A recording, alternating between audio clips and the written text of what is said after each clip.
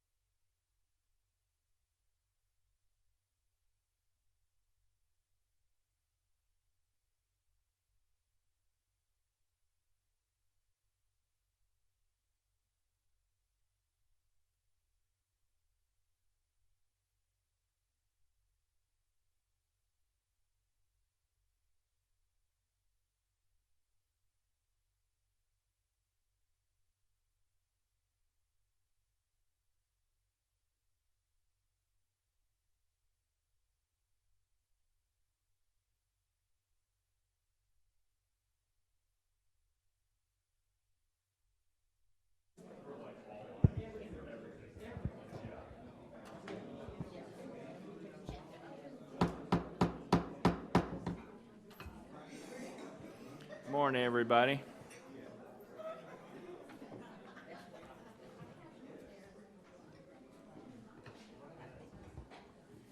See how I command a room?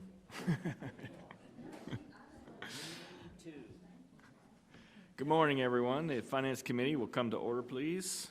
Thank you, everybody, for being here. Any citizens wishing to? None. Thank you, JR.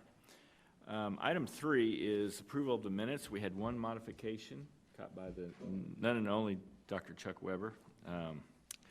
There was one item that referred to a February financials, and it's actually the June financials. So we'll make that modification. Leanne's got that information. So I'll entertain a motion on the minutes. Motion by Dr. Weber, seconded by Mr. Zimmerman. All in favor, please say aye. Opposed? Motion passes. Thank you. Moving on to the CFO report. Ms. Clark.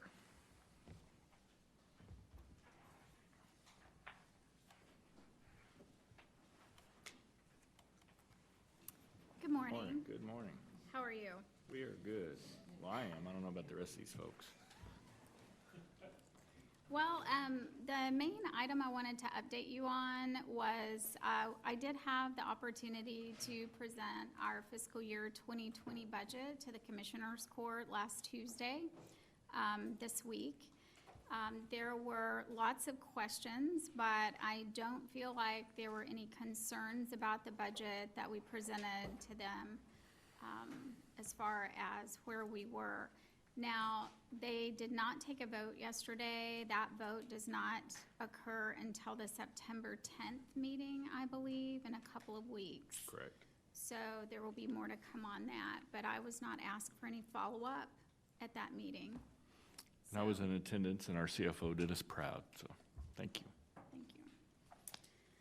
All right, so if there's not any questions about that update, I've got several things that I'm going to be covering with you today, so just bear with me on the financials.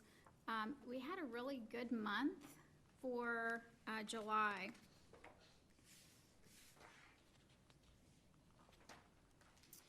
From a high-level viewpoint, admissions were very strong this month, as you can see with the blue bar there. I did want to point out on this page, we did have a favorable length of stay for the month. We've been working on length of stay for several months now, and you can see that beginning in May, we have trended down all the way through August. Our year-to-date is still slightly above, but we are having some favorable outcomes there. From an outpatient standpoint, our emergency visits were high this month for July. You can see, again, that kind of upward trend. There's a couple of reasons that is going above budget, and it mainly has to do with our redirection of a couple of patient flows.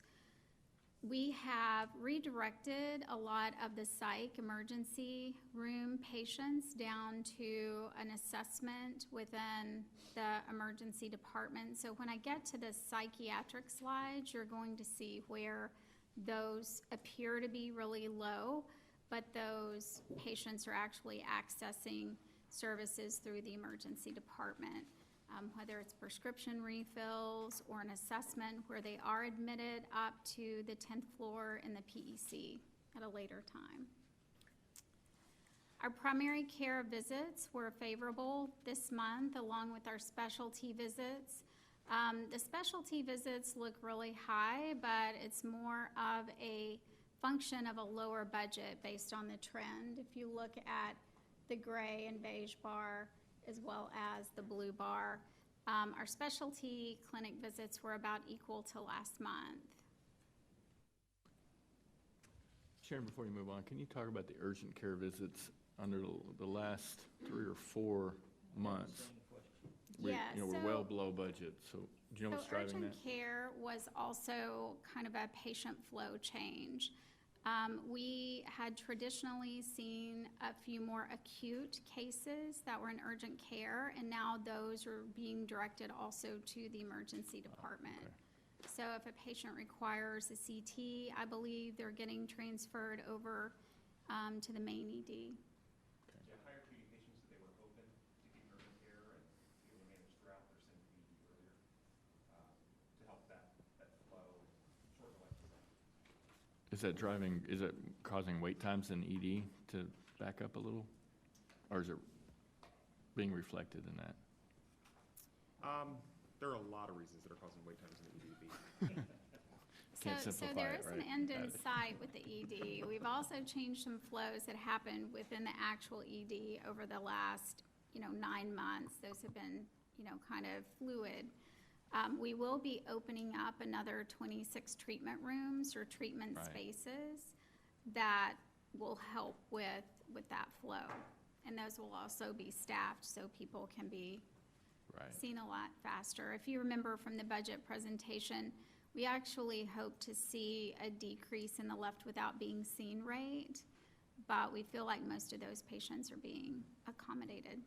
Got it. Does that address your question? Same question. What's the tentative date for the 26th day? I believe they're gonna be available in October. Yeah, we're shooting October 1st. We're gonna open it up. Very quick. Thank you. You bet, good question. Some of our other statistics, I always like to look at inpatient and outpatient surgeries. You can see also that these have been very strong, both. And we have, there's no trend line here, but for inpatient surgeries, we've really had a nice trend above budget all year. The red line is actually the budgeted expectation. Outpatient surgeries, we were below budget for about the first 6 months of the year, and then we've had a strong in outpatient surgery number for the last quarter.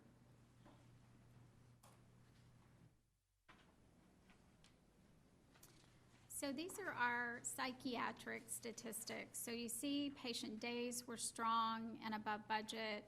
Our clinic visits were also very strong. You can see there was also a process change here that increased those number of clinic visits because of the way that we are now setting an appointment before discharge with those patients that are either seen inpatient or through the PEC. Got it. Our psych emergency visits were strong this month and about equal to where they were last month. But you can see that they were slightly below the budget.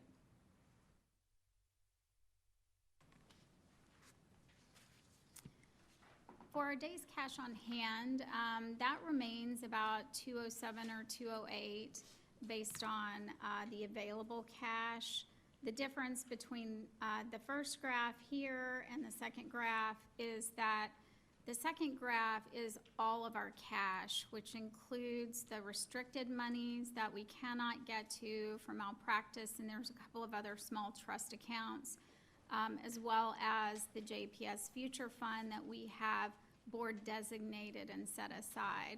So the first graph that represents the 208 over here is more what we have available for operations and to spend that have not been earmarked. If you wanted to go back and try to compare us to S&P or Moody's, then the second graph is the one that you would want to pick up for comparison. Our net AR days are continuing to decrease and decline. There's a lot of efforts to go back on some of the older accounts that we've had issues with. Rory's team is hyper-focused on some of the high-dollar older accounts. And when we look at the income statement, you're going to see part of the benefit of that. Hey, Sharon, I have a question on that. On the high-dollar older accounts, can you see their full demographics of their ability to pay on that? Yeah, and when I say older, these are typically insured accounts, either Medicare, Medicaid, or commercially insured. Okay, Yes. thank you. So we're working with the provider, the payer sources for those.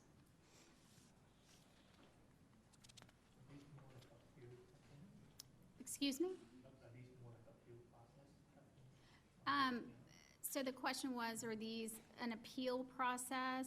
There's two big, yes. So for the older accounts, yes, and then we had one payer that had just a large delay that we've been working with, and we got kind of a settlement on a larger group of accounts with them.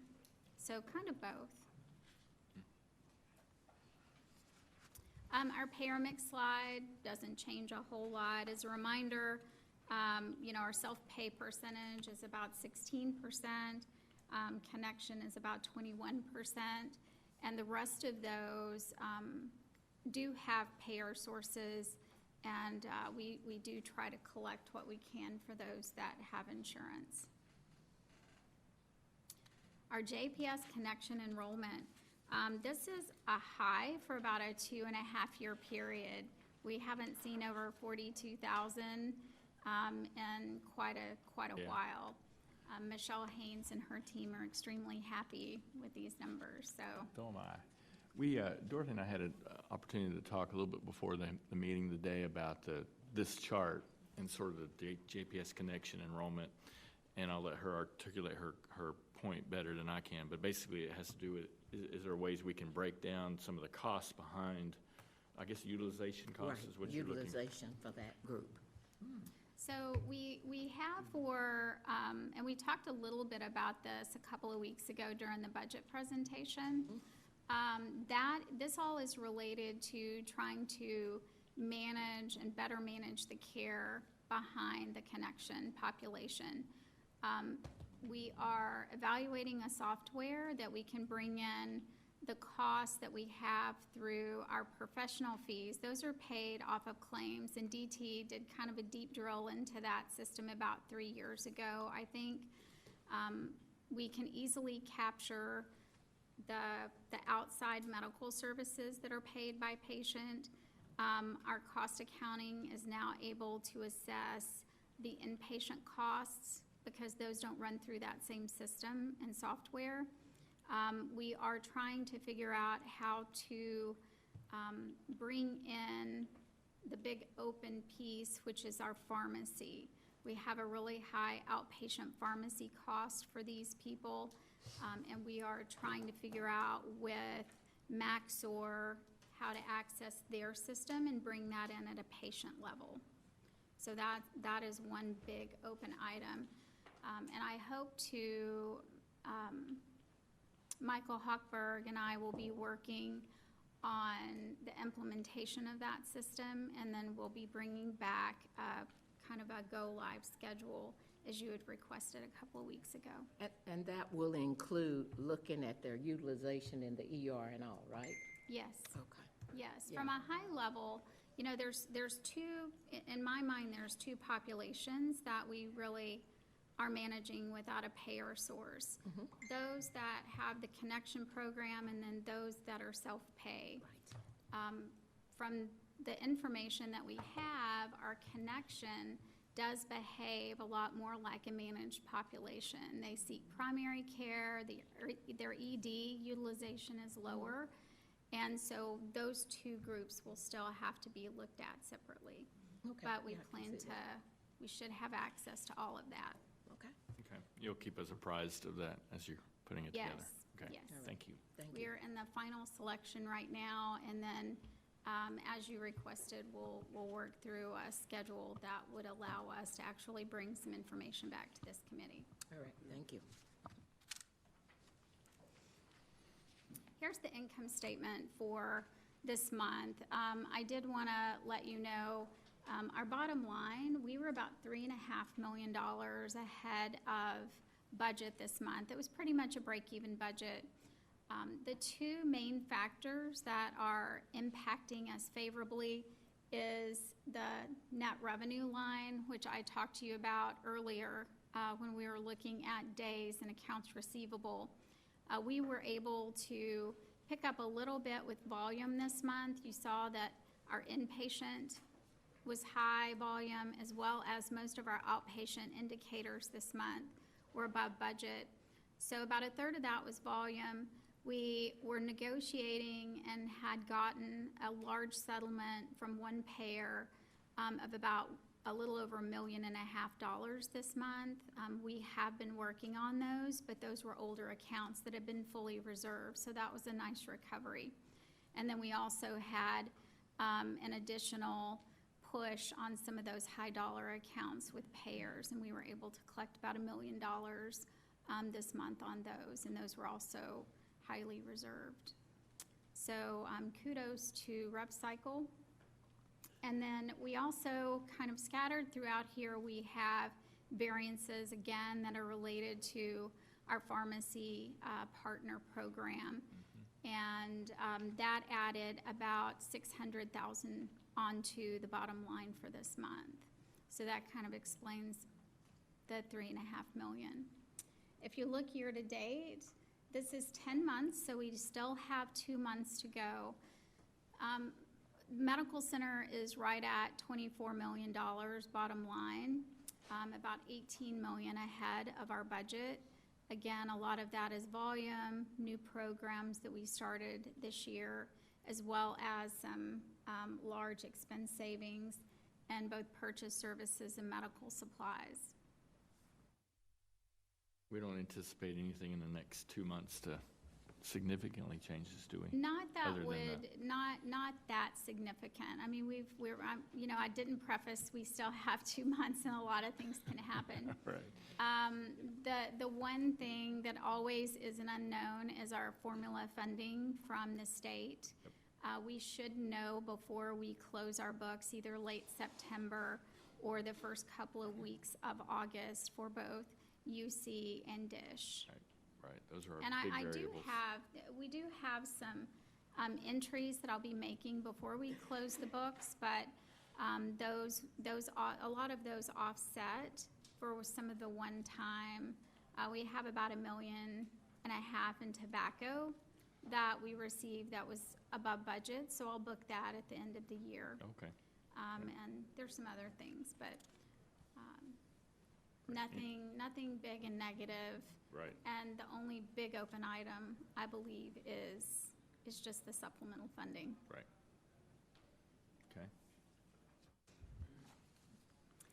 Acclaim also had a very strong month. They were about 2% ahead in their volumes. I think they're about 1% ahead year to date. And their net operating expense per encounter, I usually like to look at this not on a monthly basis, but year to date. And they are about 0.5% under in their cost per encounter that they had projected. So to me, that's a really good indicator based on volumes and total expenses, how they're doing on managing the bottom half of their income statement. Here's Mr. Montgomery's graph that you can't read it, and I think we can attribute that to more information is better than less information. So Yep. You're welcome to read through that, but that just gives you a good idea of our specialty groups and just who all we are employing. Thank you, Dorothy.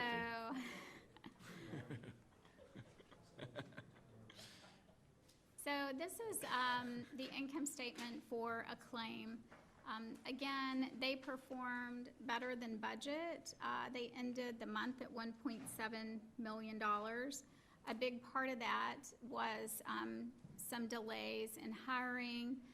We had some favorability in the salary area. And if you look year to date, it's pretty much the same variances.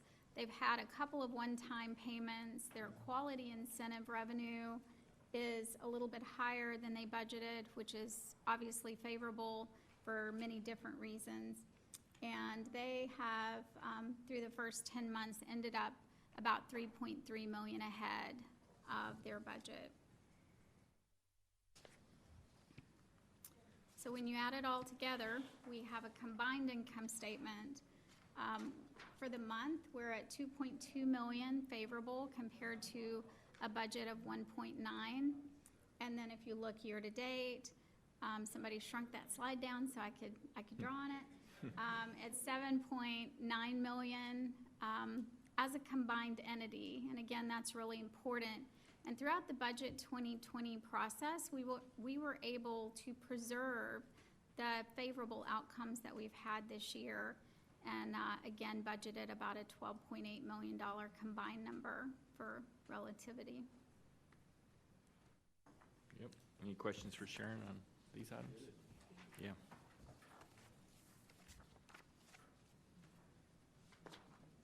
Okay. Did you get your balance sheet to the judge? I did get the balance sheet to Thank the you. judge. I got him one very quickly through July. Thank you. So he's satisfied there, I hope. I haven't heard any questions, so maybe that's what he needed. The next item on my agenda, do y'all need to vote on the Yeah, yes, ma'am. Let financials? me entertain any questions for Sharon before we move to the next item. We have a recommendation from Dr. Weber, a second from Ms. Arizona. Yes? It said June, it should be July. I noticed that, yeah. Okay, so we have a motion on the table and a second. All in favor of accepting the presentation, vote aye. Opposed? We accept it. Thank you very much. Okay. Let's move to item B, please. Item B is our annual vote on the defined benefit pension plan. You have 4 separate attachments within your books. They look similar to this. I'm not going to make you read those today. I try to go through all of these. And Chuck read them. Chuck I read s- them. He's ready Chuck, to you kind of read give you these? analysis. Dr. Weber? So pensions are complex, and there is something that we record on our income statement as expense. And then we have a totally separate and unrelated number for cash funding. Now, one impacts the other throughout the year, but the actuary issues 2 separate reports. The GASB is my financial reporting, and then there's another one that tells you what the funding request is for the year. And I don't know how to tie those better for you, so I just pull the relative numbers on the slide that I think are most of interest to a layperson that's not an actuary. The requested contribution for this year is going to be the $17.28 million number that you see in the blue. We had an employer contribution rate. All that is a percentage of payroll expense of the participants. So for the last 4 or 5 years, we have funded at 6.75% of participant payroll. Based on an actuarial recommendation, number one, because we have gotten to almost a fully funded status, and number two, we also increased last year at 10/1 of 18 a required 2% participant contribution from the 1%. So they felt very comfortable taking us to a 6.25% of participant payroll, which is, doing the simple math, is the $17.28 million. Other things that impact the funding and the earnings is the amortization period of 5 years. So all that means is if we continue to fund at the 6.25%, we would be fully funded in about 5 years. The number of participants is just over 5,600. Almost 3,900 of those are still employed and active in the plan, still making contributions. When you look at the financial viewpoint, if you looked at the income statement or on my balance sheet, a very complex calculation. We go through by participant, and they figure out how long these people are going to work, when the expected retirement age is, what their income level could potentially be, their 3-year average, and they come up with an actuarial liability of $297.8 million. We have market value of assets in our account of $292.6 million, and that makes the plan 98.2% funded or net position.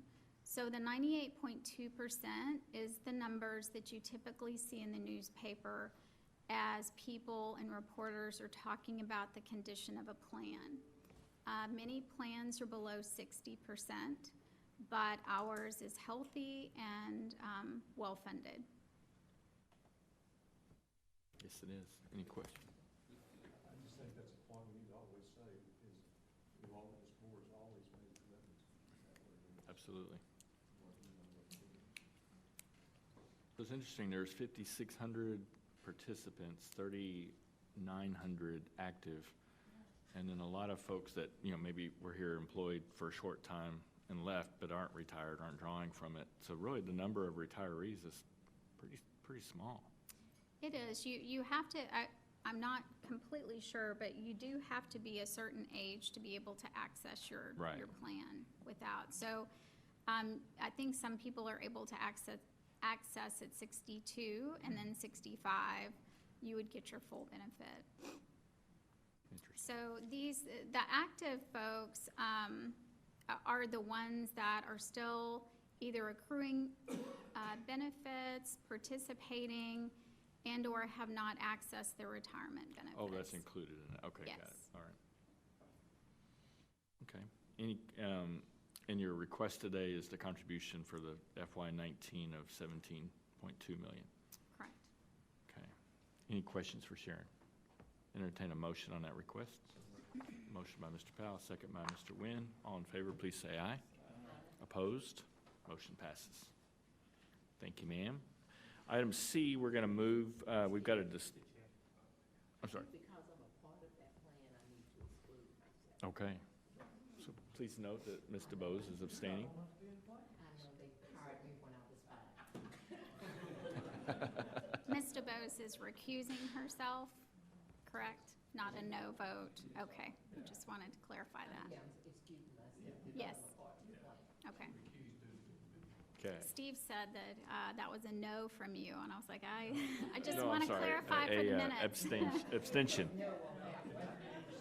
Okay. So item C, we're going to have a discussion about that in closed session and then come out and do the formal consideration of it, but we need to have a conversation about it first. So we're going to move to item D, and I think this is still you. I'm here for a couple more. Let me back that up a little bit. So for item D, we are requesting the purchase of a property. If you recall, we purchased a large block of property last year that was a little bit closer towards downtown, right off of Main Street. There's also on page 130 of your handout, there's a plat drawing, and the piece of property that we are purchasing today is it's number 812. It is kind of in a red or a pink color, surrounded by all the yellow, right off of Bryan Street. So this completes a large block of contiguous property for JPS. Did everybody see the plat? Okay. It is for $238,000 that we can access capital budget funds from fiscal year 19. And council advises me that this is market value and all that stuff's been vetted out, so. Okay. All right, any questions for Sharon? Entertainment, we have a motion by Dr. Weber, second by Mr. Zimmerman. Great. And all in favor, please say aye. Opposed? Motion passes. Thank you. Item E. Item E is for a lease renewal of a piece of property. It is a small building that houses our IT and our EMR teams. They do some training there as well. It is it's kind of across Main Street from the foundation property on I believe that's the northwest corner. It's about 2,700 square feet.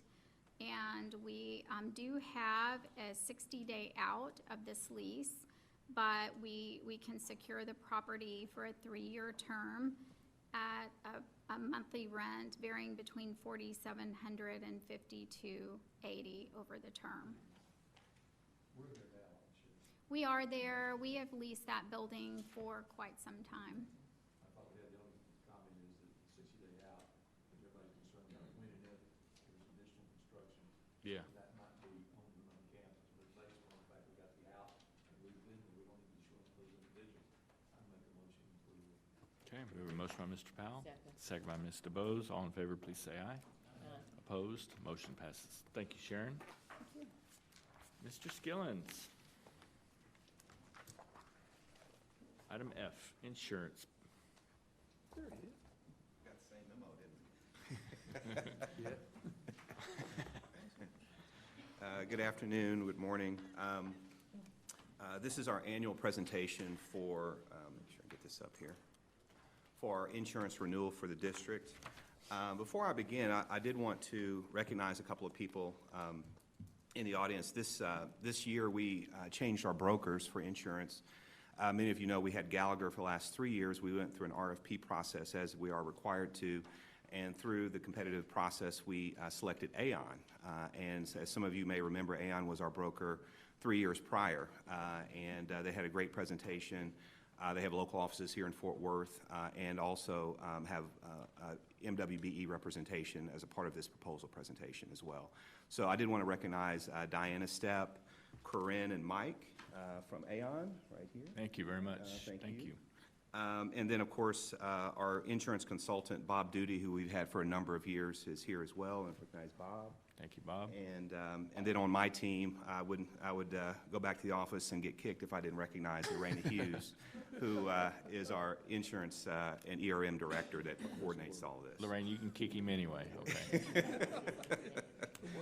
So we'll begin. This year was a bit of a challenging year from a renewal standpoint. As you saw in your materials, our premiums overall did go up, and that was driven by a couple of policies specifically, which I'll get into. Overall, though, we had we kept our incumbent insurers, with exception of airport liability and the law enforcement coverages, but for the most part, all of our existing carriers are in place. Workers' comp, the good news in the insurance renewal this year is our workers' comp insurance went down, which is always good news. Not by much, but it did go down by a little over 3%, even though we had a payroll increase. So that was they did a good job in working that for us. Cyber liability. I know we've talked about cyber last couple of years, and we did a pretty good step up this year. So it's went from 10 million to 30 million. And where that 30 million came from is that Aon was able to show us peer averages for healthcare entities of our same size and complexity, and that showed that the 10 million that we had been covering was only in the first quartile, and that the average of our peers is about a little over 27 million. And given that, and given for those of you that are on the governance committee, when I want to talk about breaches and other kinds of challenges that healthcare entities face, we thought it would be prudent to at least get us to the average. And so that's where the 30 million came from. So it is an increase in premium as a result of the increased coverage, but even though we tripled our coverage, we did not triple our premium. The premium only went up by 121%. I use the word only lightly because I know it's still an increase. So the carrier for cyber is still the same. It's still Beasley, and it does provide us much greater coverage for our emerging risks. On D&O, directors and officers, and employment practices liability. So you'll see in the schedule in a minute that these are two separate policies that we combined them in the chart for ease of presentation, but they're both covered by AIG. That AIG has been our carrier for a while. And the reason for the increase primarily is that on the EPL side, is on the employment practices liability, overall with the increased number of sexual harassment claims across the country, mainly driven by the Me Too movement that you've seen in the paper, that insurance providers and carriers, because of the increased number of claims, have increasing the premiums resulting in this. And so it's not, if you're wondering why this increased so much, it's not necessarily driven by increased number of claims JPS specifically had. It's really a national trend in terms of in terms of increasing the premium. And so just to give you a sense of the breakout between the two, the employment practices liabilities is about $123,000 of the $183 premium, and then the D&O is the remainder. So to give you a sense of that, I know Steve had that question as well. Yep, thank you for that. Yeah.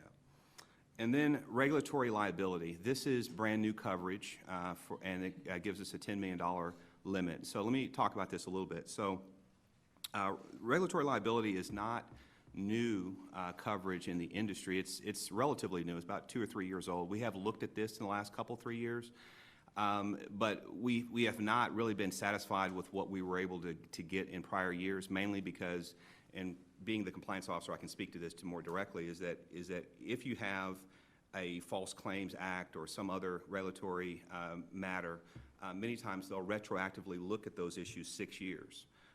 And so having a regulatory liability coverage that only is in effect on the date that it went into effect really wouldn't serve the entity really all that well if you had a claim, because it would have a look back.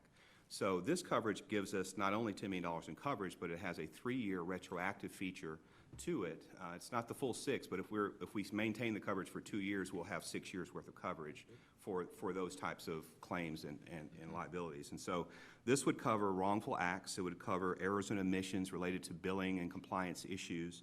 It would cover Stark and anti-kickback issues of any kind. It would cover commercial payer actions taken against JPS. It would cover any Medicare or Medicaid actions, RAC actions, legal and forensic costs associated with any of those, whistleblower cases, as well as voluntary self-disclosures. It's a very broad policy, and it's a very good one, and Aon did a good job in working with us to find the right carrier and the right coverage. And so I know in looking at it, it looks expensive, and I'm not going to say it's not. It's nearly $200,000 in premium.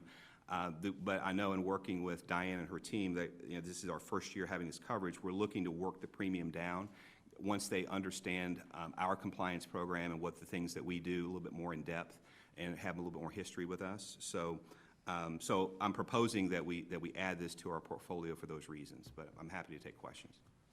On the, I guess when it comes to regulatory for submitting claims and all that stuff, if our interpretation is incorrect and CMS come back and say that's fraud, does that still cover?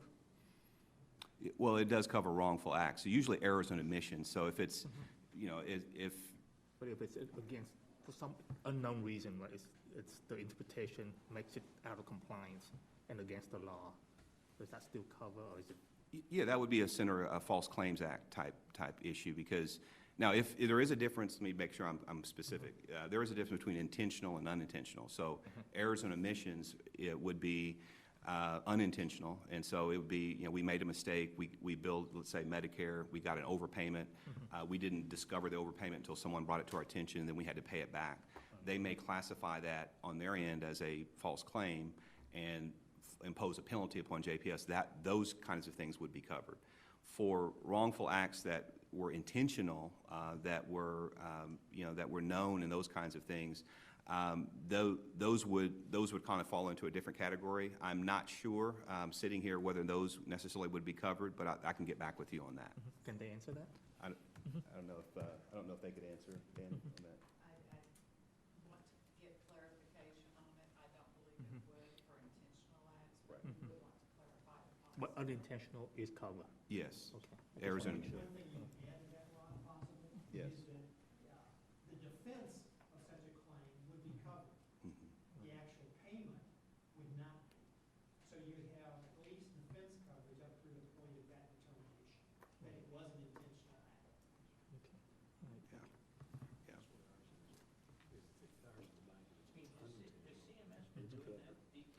Well, sometimes when you buy something, what you think is covered is not covered. What you think it should cover, it doesn't cover, it covers. So they can always hide behind, this is fraud or penalty and stuff like that, and may not pay. So I just want to get clarification on that. Yeah, no, that's a good question, and the general default is the false claim, even though it was an error and omission, but that's a good point. We'll follow back up on that point.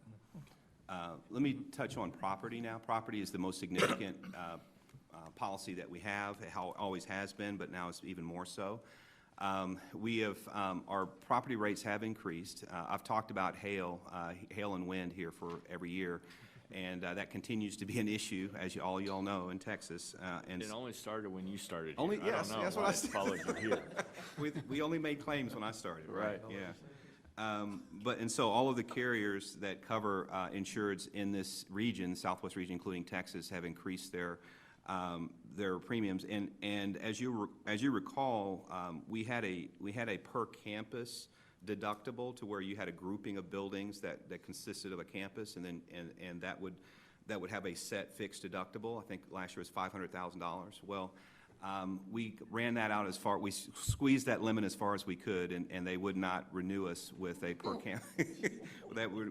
campus model, and so they went to a per building value, 2% per building. And obviously that would increase our deductible because you're looking at the values of each building, particularly here on main campus. And so, but I will say to Aon's credit that most of the other carriers were looking at a 3% or higher deductible per building. And so they did some good work to get it down to 2. And so that's the biggest change in terms of the deductible. They also, for other perils outside of wind and hail, so earthquake, flood, those kinds of things, those are on a flat fixed rate deductible. So those range between $100,000 and $250,000, depending upon what the peril is. But certainly the wind and hail deductible is the biggest change. From a terrorism standpoint, we've always had terrorism coverage offered through the government. The government has, since 9/11, has offered what's called TRIA, Terrorism Risk Insurance Act coverage. It has never paid out. TRIA coverage has never paid out because TRIA coverage requires an act of Congress to certify an act as terrorism in order for it to be paid out. And it has never paid out since 9/11. And actually, TRIA coverage is about to expire. Government is no longer going to offer that after next year. So we're forced to, as everyone else is, to get our own standalone terrorism coverage. And so Alpha Terrorism is the name of the policy that we have. We included it into property because that was from apples to apples standpoint. Terrorism was included last year as well. But Alpha Terrorism policy is a standalone policy, and it is gives us $300 million worth of coverage with a $100,000 deductible, and it does not require an act of Congress to designate something as terrorism, whether it be domestic or otherwise. And covers malicious acts, threats, and what you would normally think of. So. And that's required. Terrorism piece is required coverage. Well, it is extremely prudent to have. And I know Corinne, who's our property insurance person, is here. Would you say it's required, Corinne? It's not a required purchase unless you have, some third party that requires you to purchase it. Yeah. Okay. That would be one I'd like to do without, but it's not my call. So. Yeah. So that's the biggest reason for the increase there. So let's move on to the actual overall view of all the lines of coverage. So we talked about D&O and EPL, of the increase there. Crime is relatively flat. Fiduciary liability is flat. Cyber liability, we just talked about increasing from 10 to 30 million. Property, we just talked about. Aviation, which is our helipad. We don't, to my knowledge, own any JPS private planes, to my knowledge, but law enforcement liability is slight increase, but relatively flat. Auto liability, I'll stop there briefly. For auto liability, this includes a brand-new mobile unit that Joel Hunt and his team will be using to serve the homeless.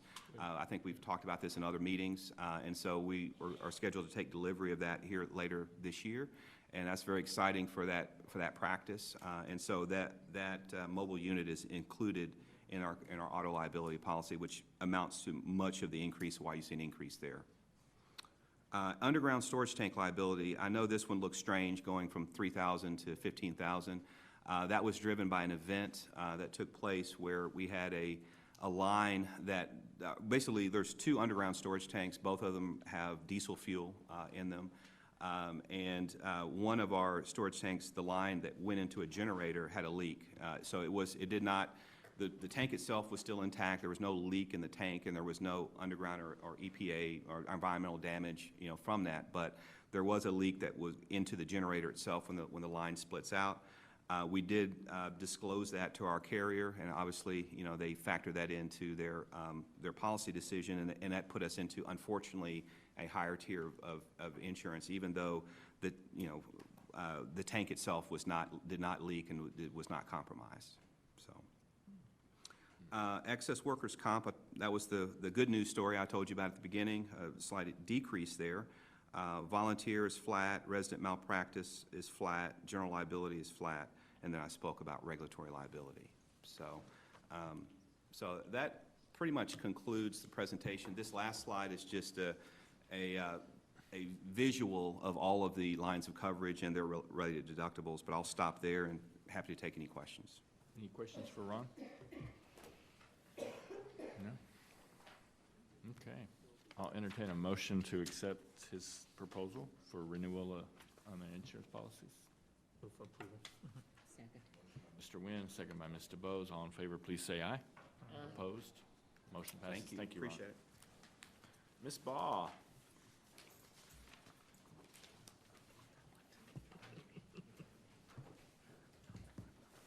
Good morning.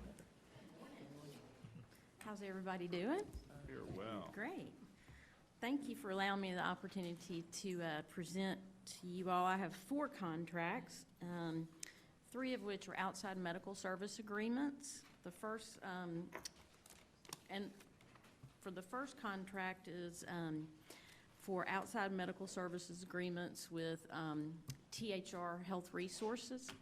I don't need a clicker, okay.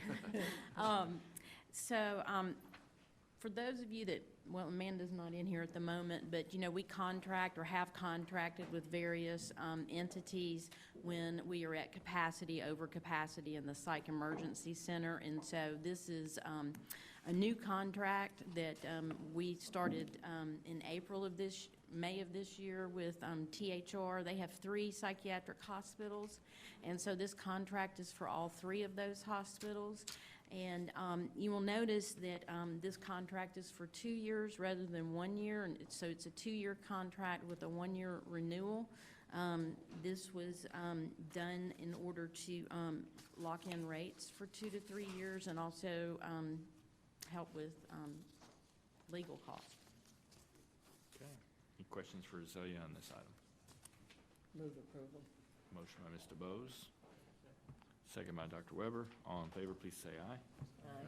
Opposed? Motion passes. Thank you, Zelia. Let's move to item H, please. Yes, so this again is another professional service contract with Millwood Hospital. Again, this is the same as the THR contract. It's for 2 years with a 1-year auto renewal. And this, again, allows us an opportunity for overflow. Yep. Any questions for Zelia on this item? Move approval. Motion by Mr. Bose, second by Mr. Powell. All in favor, please say aye. Aye. Opposed? Motion passes. And item I. This is another professional services contract with Mesa Springs. This was a new one that we got in May and April of this year.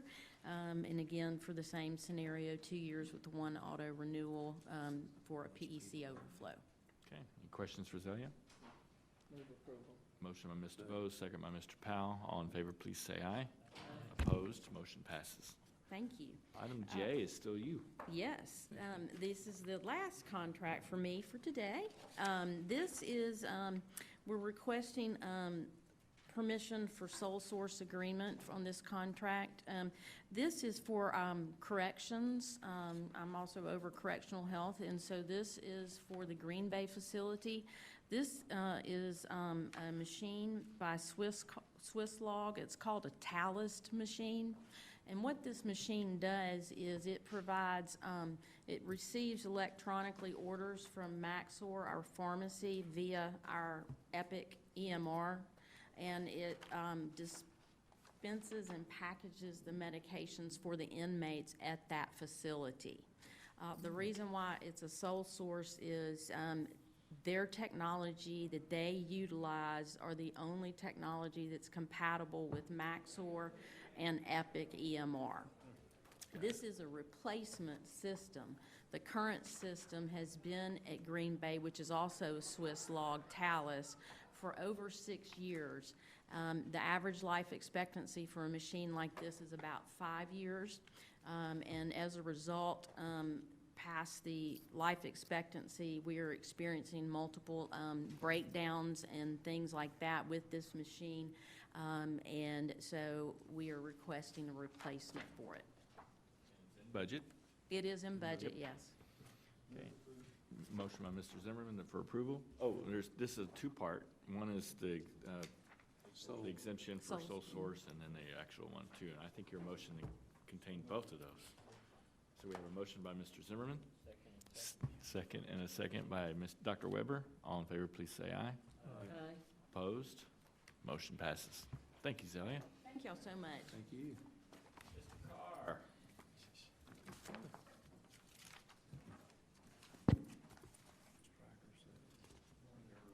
Morning, Kenny. Morning. I apologize if my voice gives out. I think I'm having the allergies We understand. completely. So I have two contracts for y'all to consider this morning. The first one is with Stryker Corporation. Stryker Corporation in this contract is for a lot of our OR equipment, primarily for the booms, which are the pieces of equipment that come down to allow the power as well as the anesthesia to easy access to our surgeons and our medical staff. It also allows us to have the ability to trade out pieces of equipment prior to the room being needed. It allows us to swap them out immediately rather than having to work on a repair and wait for a repair to occur. This is a 5-year agreement for about $4.6 million. Any questions for Kenny on this item? All right, I entertain a motion. Move approval. Motion by Mr. Bose. Second by Mr. Zimmerman. All in favor, please say aye. Aye. Opposed? Motion passes. Abstain. And one abstention. Mr. Nguyen abstaining from that, please. Motion passes. All right, item L. The next one. This is for your consideration. It's a company called Avanos. It's medical sales. What we get from Avanos is that we get FDA approved, we would refer to them as pain balls, and they're little small circular. Did you say paintballs or paintballs? Pain, Okay, just making P-A-I-N, sure. balls. And our pharmacy actually loads them up with pain medication, and they're either put in by our surgeons or anesthesia. And what it actually does for us is that it hits on one of our goals, is to reduce the number of opioids that we prescribe. And it also allows us to discharge our patients to go home where we know they're more comfortable and pain-free. And so I'm open for any questions that you may have. Any questions for Kenny on this item? Entertain a motion. Motion by Dr. Weber. Second by Mr. Bose. All in favor, please say aye. Opposed? Abstain. Motion, and one abstention from Mr. Nguyen. Motion passes. Thank you, Kenny. Yes, sir. Thank y'all. Mr. Mendenhall.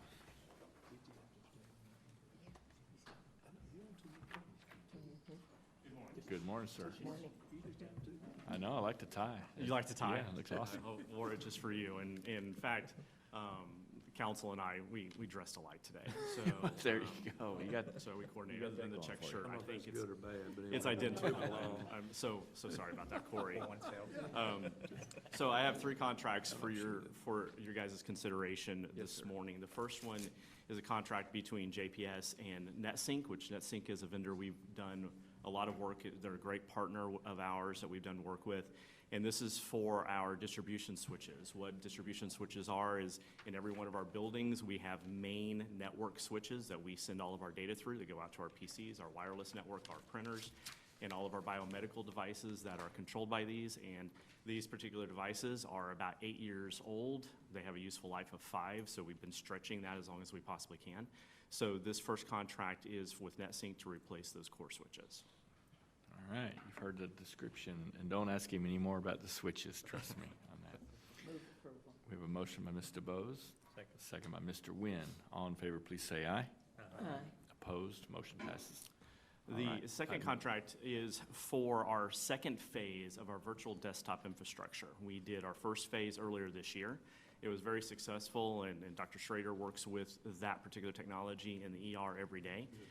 We've been able to successfully change the workflow on how quickly someone can log into a PC.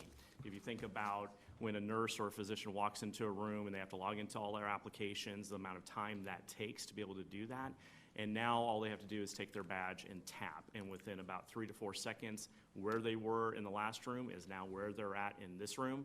And they cool can is immediately that? pull that through so that they don't have to log into all those applications and restart those processes. No spinning wheels. No spinning wheels, exactly. So we did that with the pavilion as part of our FY18 capital. This is part of our FY19 capital to move that into the patient tower. And then our FY20 capital, which you guys have already taken a look at, will then start moving into the community health centers to do that same type of thing. Excellent. All right, so you heard the It's no like an spinning, efficient way to the do no it. spinning wheels proposal?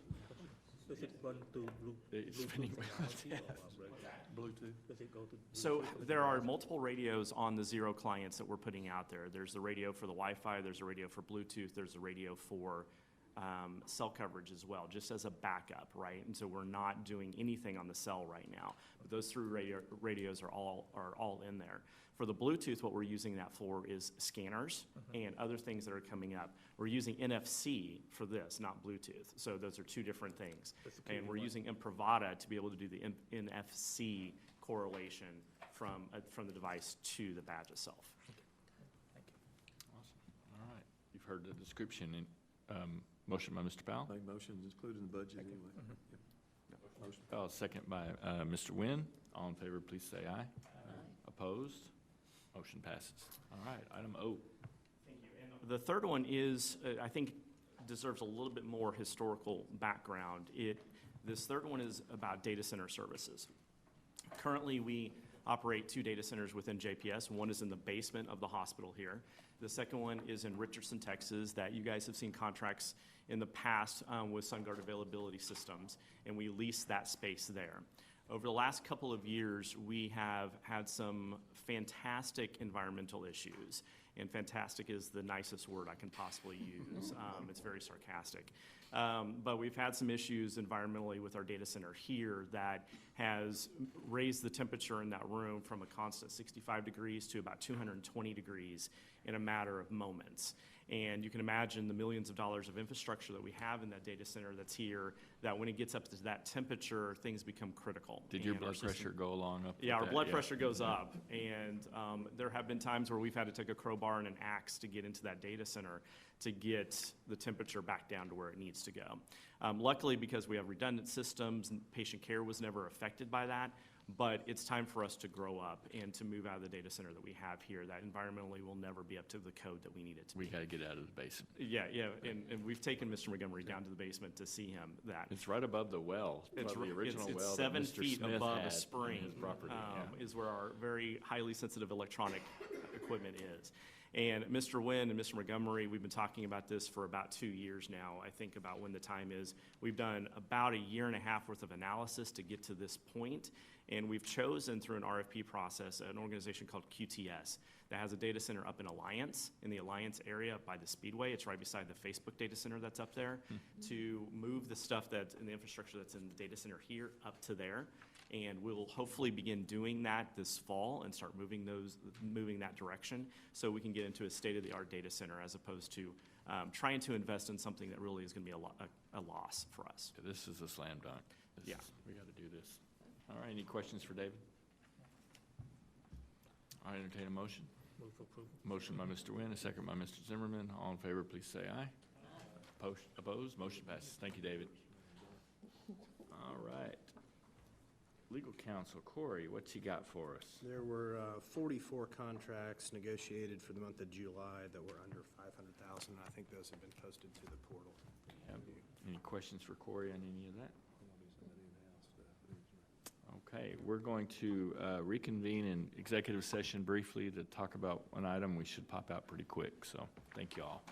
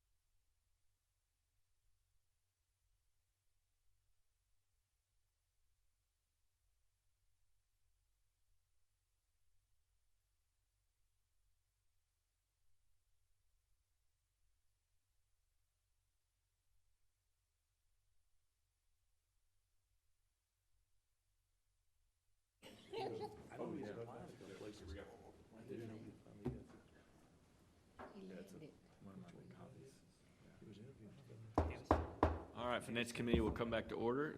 We'll have Ms. Clark come up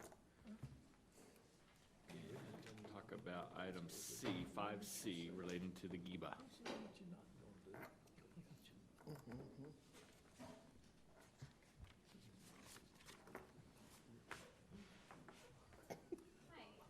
I am requesting funding, our annual funding for the GIBA plan of $112,367.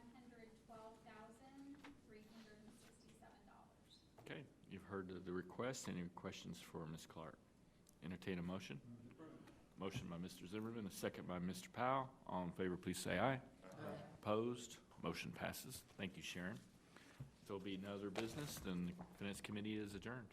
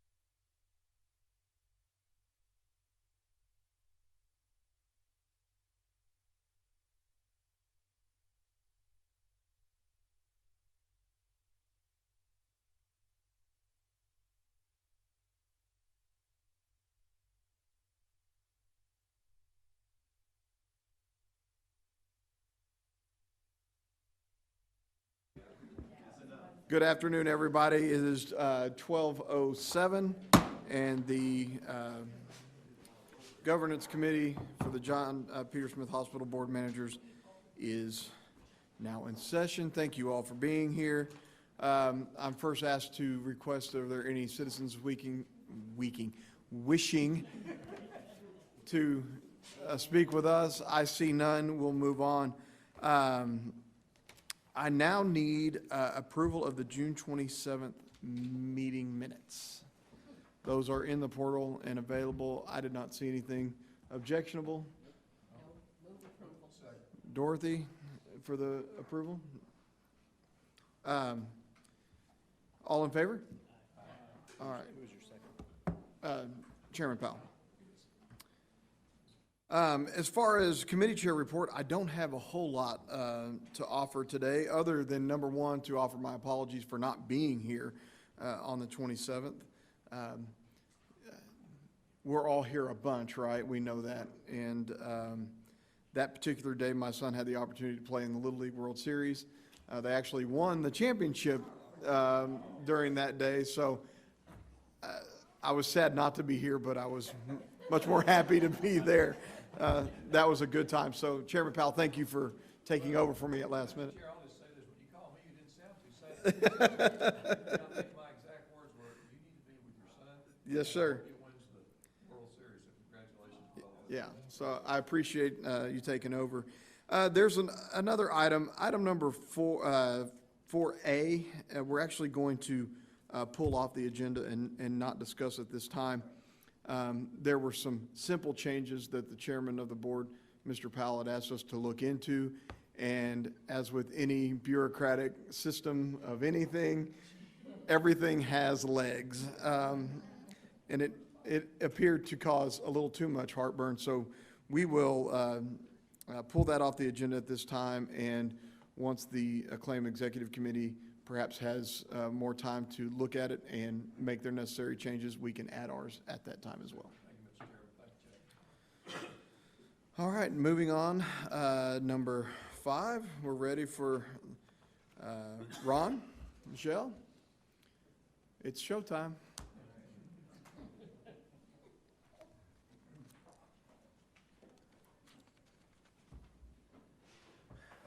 All right, good afternoon.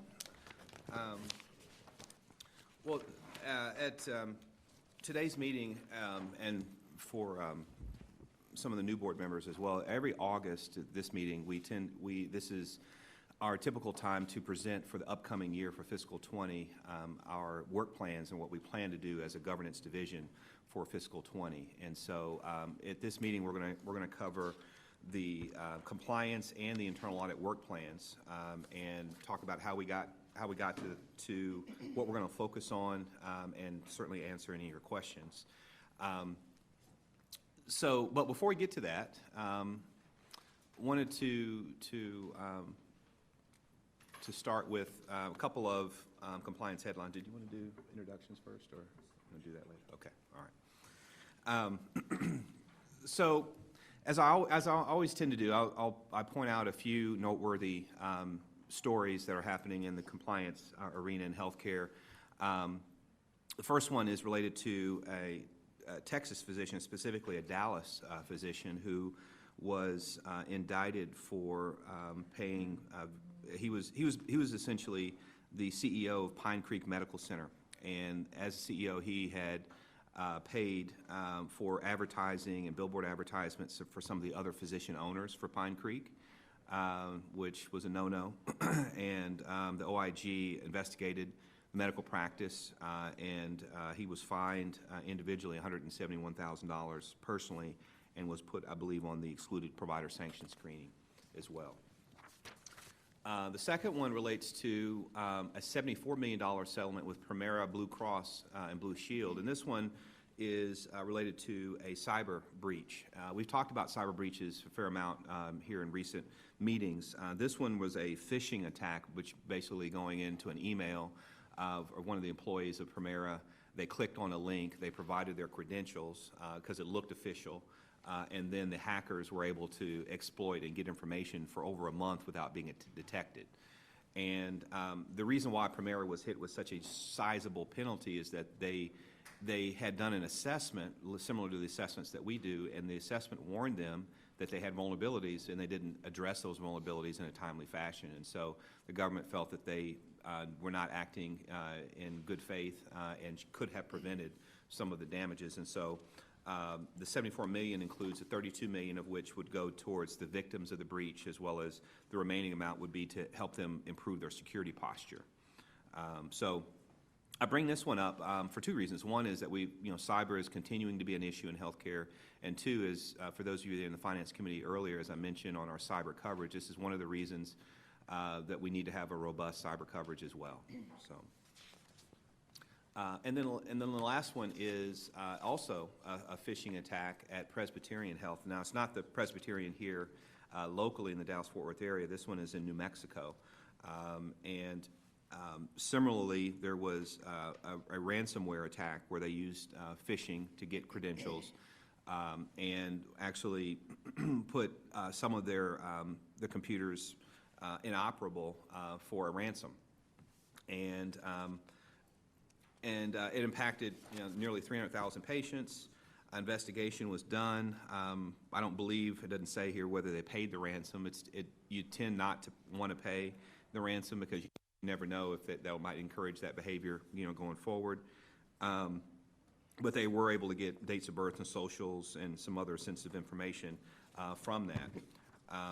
And so, again, this is a continuing, ever-growing thing. And then I will say that as we did look at JPS's security posture, one of the things I'll make note of, I know David's around here somewhere, but we have a new Chief Information Security Officer, who I think I mentioned last time, Mike Russo, who works with our office as well and on our privacy side to kind of help proactively identify these potential vulnerabilities.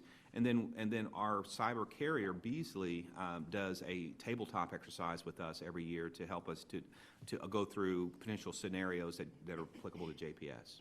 So just as a update. So with that, unless there's any questions, I'll move on to the compliance work plan. So before we get into how we generate the work plan, I wanted to give you a little background from the compliance and the internal audit perspective of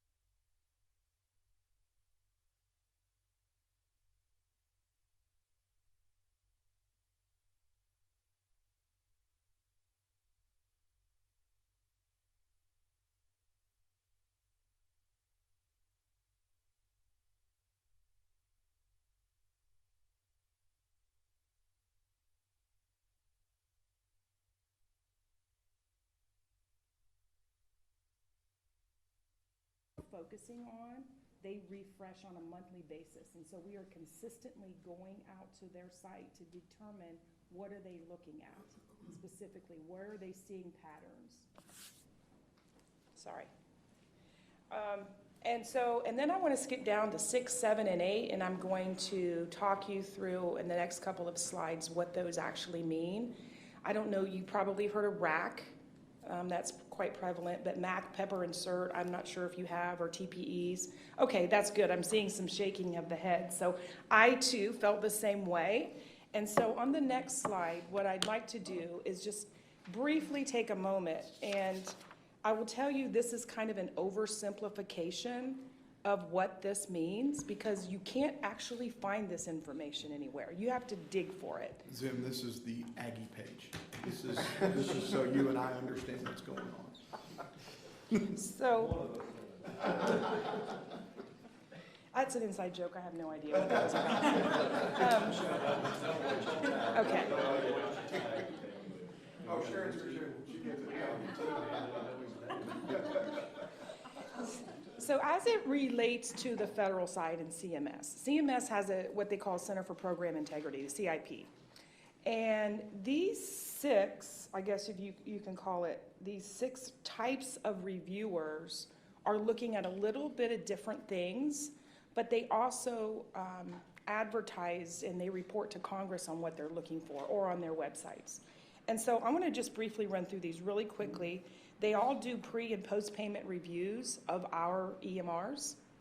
And this list does not include the investigative resources like the DOJ or the Attorney General. This is, again, just what the CIP program consists of, the Center for Program Integrity. So we have MACs. MACs actually review Part A and Part B. They're really the simplest ones. They're more educational in nature. The MACs actually generate what you call a cert. Certs are those random audits that they do. They're looking for outliers and certain types of behaviors that they might want to expand and have a TPE, what's called a TPE. A TPE is a targeted probe in education. That is a 3-round educational session where they might send us a letter and they say, hey, JPS, I see you're an outlier in this area. We'd like for you to send us your records. We're going to, target your review, and we're going to educate you as we go along. And they'll do that for 3 rounds. If we pass the 3 rounds, everything is fine, they move on. If we don't, and we don't learn from those types of mistakes, they'll refer us to either a MAC or a RAC. Now, RAC is the sort of the bad word in this case. A RAC has every incentive to discover errors because they are paid based upon a contingency fee. We do have Medicare and we have Medicaid RACs. Medicaid RACs right now are a lot more prevalent, we're seeing, than Medicare for sure here at JPS. The supplemental guys, I call these the catch-all because this is a competitive bidding process where they're looking for a contractor to help them be more efficient, but to also help CMS do any kind of other supplementary ideas and audits that they want them to do. So anything that doesn't fit in the other 5 categories, that's what those guys are for. So we hire them? We don't hire them, sir. They're hired outside, but then for a specific purpose, but then go ahead and look at everything. They're maybe So- hired by the Medicaid program? They're hired by Okay. CMS, that's correct, and I'll explain that on the next slide. So the UPICs are a little bit unique because they not only look at Medicare, but they also look at Medicaid. And then the UPICs actually go wherever the fraud allegations take them. So the UPICs is something else, again, another separate category. And then finally, we have the quality improvement contractors. And those folks generate what's called a PEPR report. That's a quarterly report, and they keep a trend on any outliers by hospital location, so they compare us to other hospitals to see you're falling outside of either the norm, whether on the low side or the high side. And they are in place to basically monitor all the complaints from patients for patient safety, patient quality, and also EMTALA. So again, that's kind of a quick rundown of all the folks that we constantly keep our eye on. We constantly keep look at the mail to see. We have letters from these folks. And the next slide kind of recaps what each of those do in terms of pre or post-payment reviews. You can see underneath the name of MAC, Novitas is currently the contractor. So, Mr. Fischer, you asked for number 4, the supplemental contractor is called Nordian. That Nordian was contracted with CMS to provide that supplemental service. And as you can see, every single one of them are subject to request a medical record review post-payment. And then finally at the bottom at the QICs, again, those folks don't necessarily review medical records, but of course if it leads that way for patient complaints, EMTALA, or any kind of appeals, they're also going to request for medical record reviews. So in a nutshell, this is the environment, if you will, on the federal side, what we have to deal with in terms of coding, billing, and claims errors. And what, I'm sorry? they should, yeah. Yeah, they're supposed to, They're- because they hand off to one another quite frequently. But in practicality, I've seen instances where you could have a couple of these aides look at the same type of review, and it would appear as if they don't talk to one another, unfortunately. And we have to go through the explanation process. But as I said, the RAC, the Recovery Audit Contractors for both Medicare and Medicaid, are kind of the sharks of this group, and because they are paid on a contingency, and so once they see a vulnerability in our coding and billing, and to where they're getting recoveries, it is like blood in the water to them, and they will be more aggressive, so to speak. What? They call you for. That's right. Right. Oh, no, patient complaints, is that just a patient complaints that's called into Medicare? Mhm. Okay. Yeah. Yeah. All right. Okay? And there will be an exam on this. So that leads us to the reason why we put on the work plan what we do. And in this particular instance for compliance, I put the targeted area of. Now that you know what those acronyms stand for, there's a couple on there you may not know. OCR is on there, it's at the bottom, Office of Civil Rights, and HRSA, Health Resources Service Administration. But here is our proposed plan for compliance for 2020. All 9 of these will actually result in a report that comes to this committee, okay? The E&M level review, that is actually a carryover from 19. We are responsible for establishing our own E&M level guidelines and evaluation and management, sir. So it's outpatient and ED. So we are planning to do 3 separate reviews. We're going to take a wide look at the CHC, our community health outpatient, our ED, and then our PEC as well. So those will be 3 unique areas. And I'll say before she goes on to the other, is that the government over time has gotten more sophisticated in what they've looked at. They actually hired data data statisticians and data scientists to actually mine publicly available data, the Medicare, Medicaid data, and they can see across the country, where the outliers are, and so that's why it's important for us to look at the PEPR reports. Even though it's a bit of a delay, once we see the PEPR reports, it's about a year lag or 2-year lag?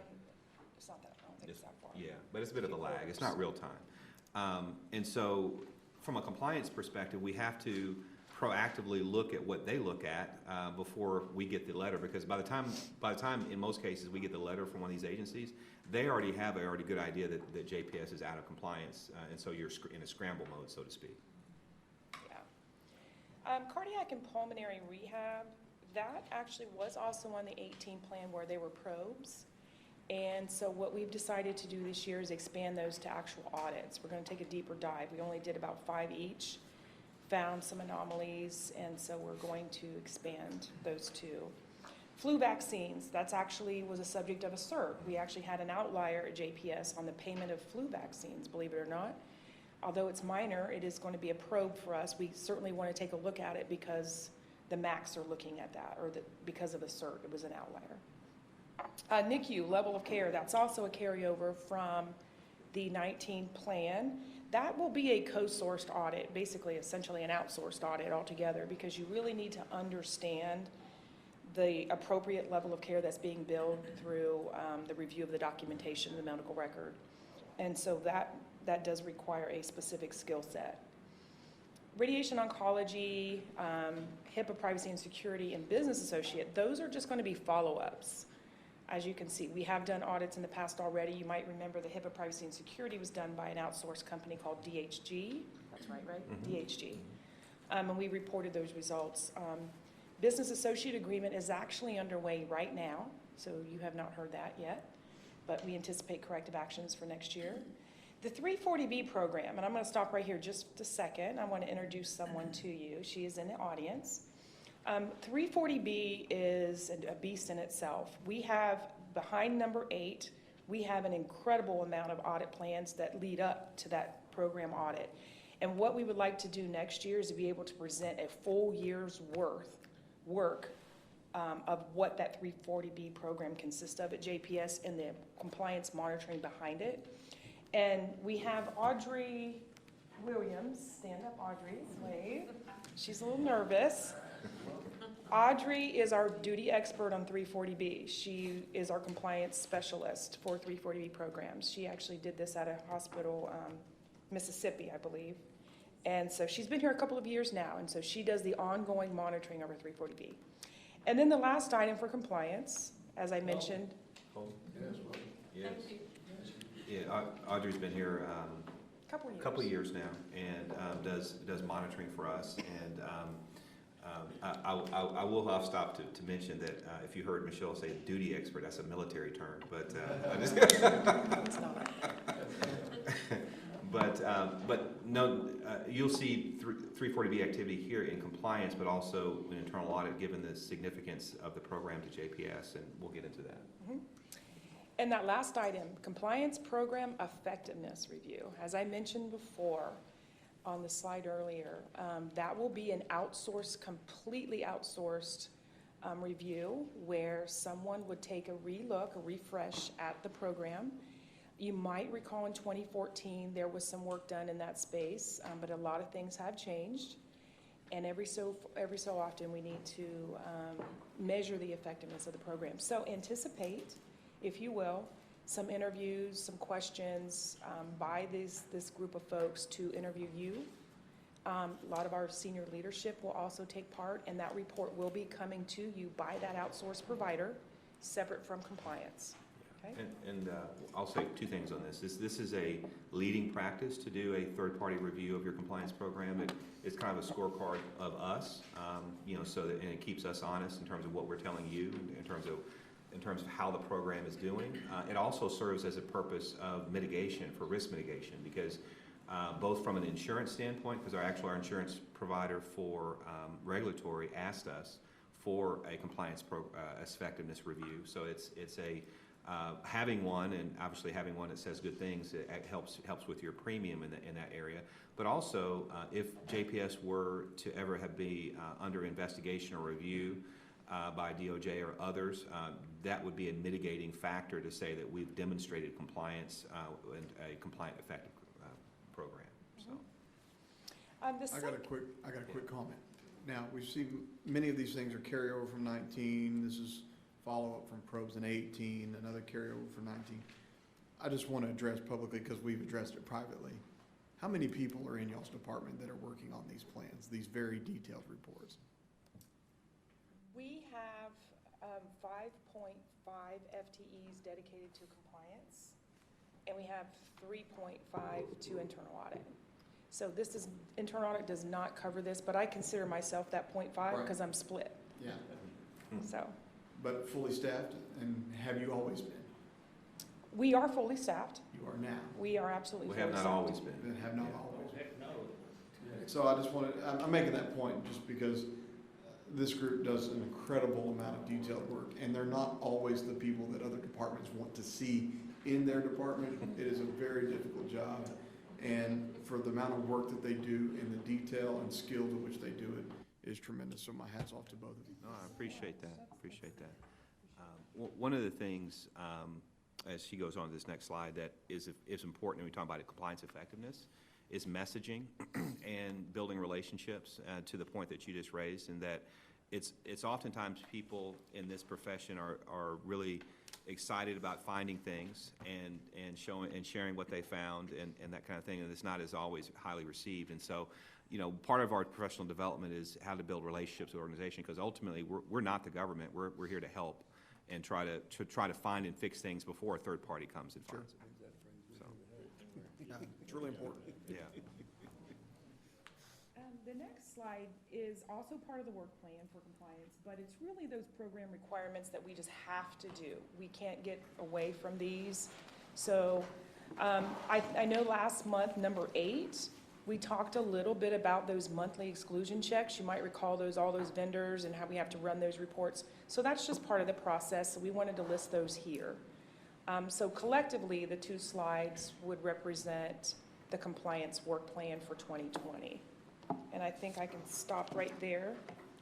The only thing I'll say to close this out from a compliance perspective is these activities have always been done in compliance. We don't always present them to you, mainly because we're required to do these things, but these are hours of time and effort that we have our 5 folks working on throughout the year to maintain the effectiveness of the program. So, Does anybody have any questions regarding the 20 compliance work plan? None. This is an item that will need approval from us. If we do this, this doesn't go to the full board if this is a joint meeting, does it? It's done? It usually does. It'll come back again? Okay. consent. Consent agenda. Consent, okay. Well, I'm just wondering, because it's called as a joint board and managers meeting, kind of seems redundant, but, hey, whatever. I think that it'll go up as a consent as if it's approved in this round. Okay. We establish joints because sometimes we have a class like that that has something. Right, sometimes, since the committee allows, or since the board allows more members to be here. Okay. We have to. Here, I got one quick comment. Sure. The book that has all the acronyms and what, as part of my reading, pepper is not in the book. That's in next year's version. I can send you some material, Dr. Weber. I honestly have asked Michelle to make sure that as many acronyms are defined on the page as humanly possible, because it's really hard to remember. Mr. Chair, I make a motion to approve. Got a motion, Unless Chuck wants to add a of pepper. but other than that, We've got a motion approved from Mr. Powell. Is there a second? Who wants it? I'll give it to Mr. Bose. All in favor? Any opposed? Motion passes. All right, thank you, appreciate it. Internal audit. Internal audit, so likewise, internal audit goes through a sort of a different risk assessment to develop their plan. They're not concerned about the OIG, okay? Internal audit is typically, I could use the word governed if I can, by the Institute of Internal Auditors. And you can see down at the very bottom, there's a quote there from the standards, that says the CAE, which is the Chief Audit Executive, must review and adjust the plan in response to changes to business risks. Essentially, so what this is also saying is if we could be a little bit more dynamic and agile with the plan as risks change, then we will bring those changes to you as a board and say, hey, we maybe substitute this audit or two for something else. So a couple of things I just want to highlight on this slide. One of the things we did differently this year was item number 2 is review peer healthcare institution audit plans and reports that are publicly available. So we spent a lot of time in Parkland and a lot of the UT systems, UT Southwestern in San Antonio, El Paso, and MD Anderson. We looked at those reports to kind of see where have we not looked that they have, and we might be interested to find a few things. And then the last, yes, sir? What do you mean you're publicly available? If I wanted to look one up, how would I do that? Go to their website. Typically, it'll take you, I was just on Parkland just a couple of days ago and was re-looking at a few of the way they present their follow-up audits and things like that. So But they post their audit reports. post it. Do we do that as well? I'm sorry? We post ours? I don't think we do currently, yeah. That's something we can think about doing, yeah. So, yeah. Do y'all have personal relationships with your peers in those other systems as well that kind of, I think that's a great collaboration. We have once a year, there in September, it's coming up here real quick, it's actually in Nashville this year. The Association of Healthcare Internal Auditors is a separate organization. And it's much better, in my opinion, than the Institute of Internal Auditors, because that's all industries. When you can hone in into your profession, and what I learned really this year, I really was paying attention, they have revenue cycle tracks, compliance tracks. So this year, I'm planning to go and really focus on the compliance track of that. But that's where we make, bonds with our leaders and other facilities, certainly in Texas as well. And similarly on the compliance side, as I've told many of you, I'm a part of the American Hospital Association Compliance Roundtable, and we do a collaboration similarly. But no, that's a good question. We can kind of understand kind of the reasons and wherefores around that. So. But there's no requirement. No. Yeah. And then the last thing, number 8, I just want to hit on that. One of the things we do after every audit, internal audit does, is we literally have a future audit topic session and we keep that document open throughout the review period to list and itemize things that we may see during the course of our review that we can't get to at that time. It's scope limitation, time constraints, something has come up. And so we keep that list and we run through those every year at the risk assessment planning time to see, you know, what did we not do last year that maybe we should focus on this year. So before I start talking through this work plan, who I would like to introduce next is the Director of Internal Audit, who really focused on this heavily and helped me put this together. And his name is Tim Lacusa. He has been here since April of 2018. Oh, okay, already. You made it. Yeah. He passed my, the duty. He's filling the duty, or the billet very well. I'm not easy to please, that's for sure. Tim actually has a lot of experience. He has experience with Baylor and UT Southwestern as audit as well, so he brings a wealth of information. Thanks, Tim. Yeah. Thank you. So one of the things that is of the AHIA, I just mentioned to you, the Healthcare Internal Audit Association, everybody's talking about biomedical inventories and the security risk behind that. It seems like, you know, it's the Internet of Things. It's, you know, I guess I read just recently that a patient will encounter an average of 10 medical devices per visit. And these medical devices are connected to other medical devices, internet, sometimes cell phones. I mean, so there's a lot of risk in that space, and so that's why it is on the plan for next year. You'll notice too that different from compliance, we are linking our top risks to the ERM risk, the enterprise risk that Ron handles with ERANA, because we want to link what we do in internal audit back to the significance projects that we have on the plate for leadership and the board. The second item is provider credentialing. That actually came from the UT system. They did, some of their folks did a provider credentialing review, and we had not done one before. The 340B drug program, here we go again. So this one is a completely independent and objective review that's going to dig really deep beyond what HRSA would do on a 340B audit. And the main reason is because we have brought online about 170 or so contract pharmacies since our HRSA audit.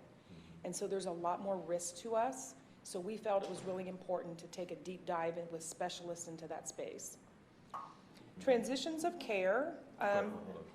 Yes, ma'am. What does that look like when you're talking about a deep dive into the different companies and assessing them?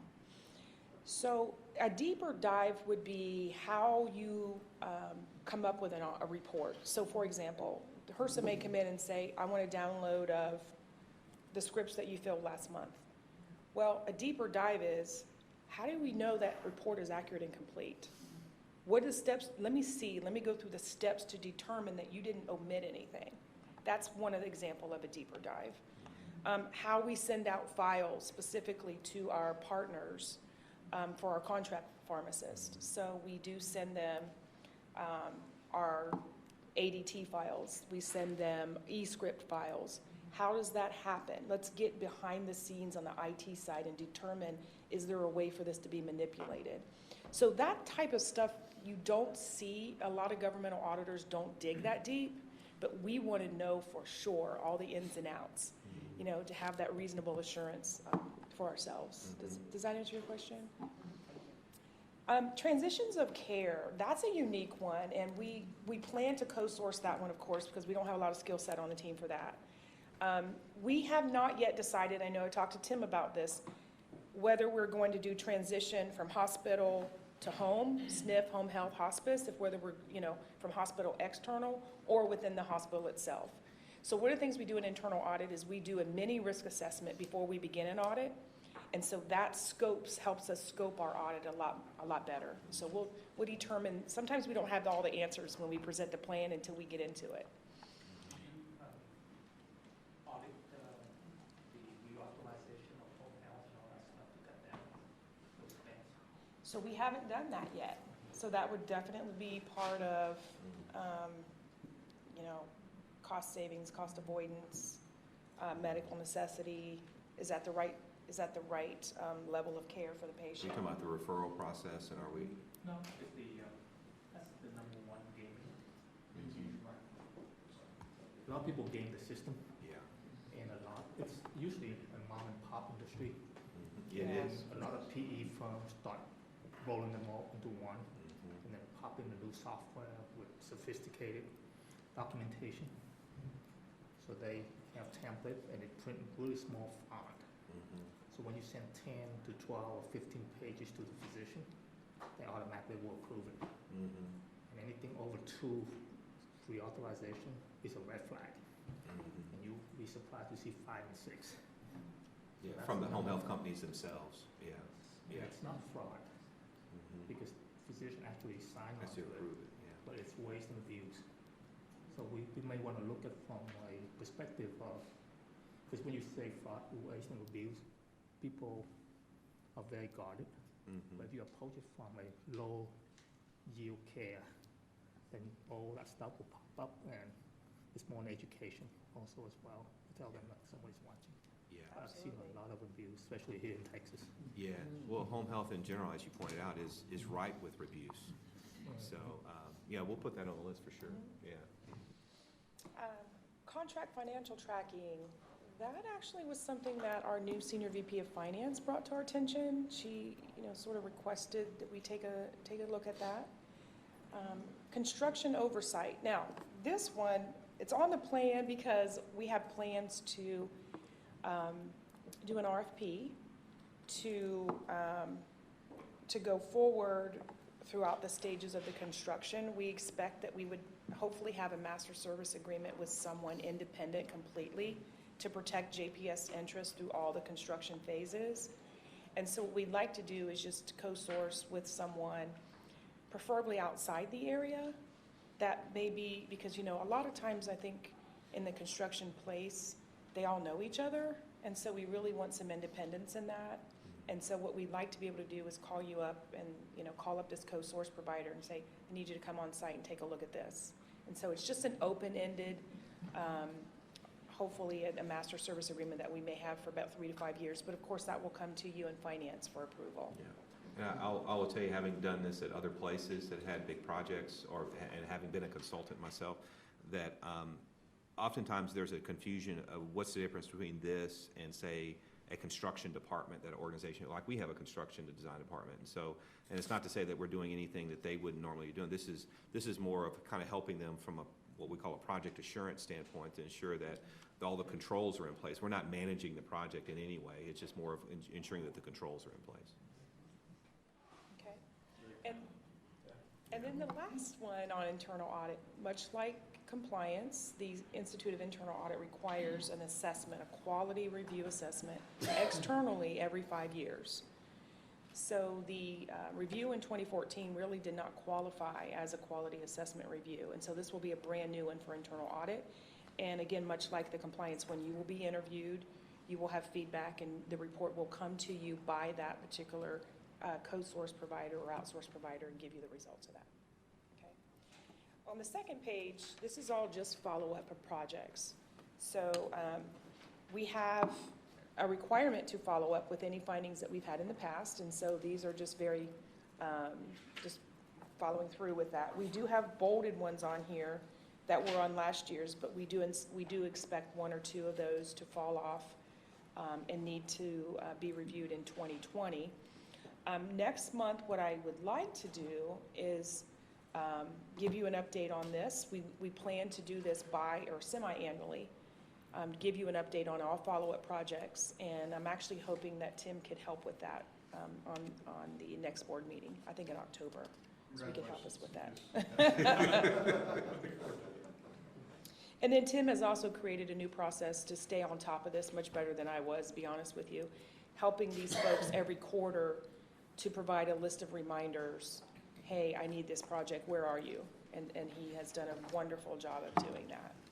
So if there are no questions on the internal audit project plan. Michelle, this list is great, but it's also subject to change as well as different things pop up and as other priorities kind of sneak in as we have to adjust.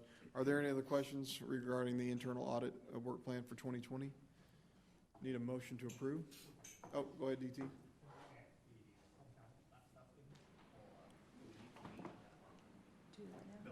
And the home health that he suggested on the follow-up.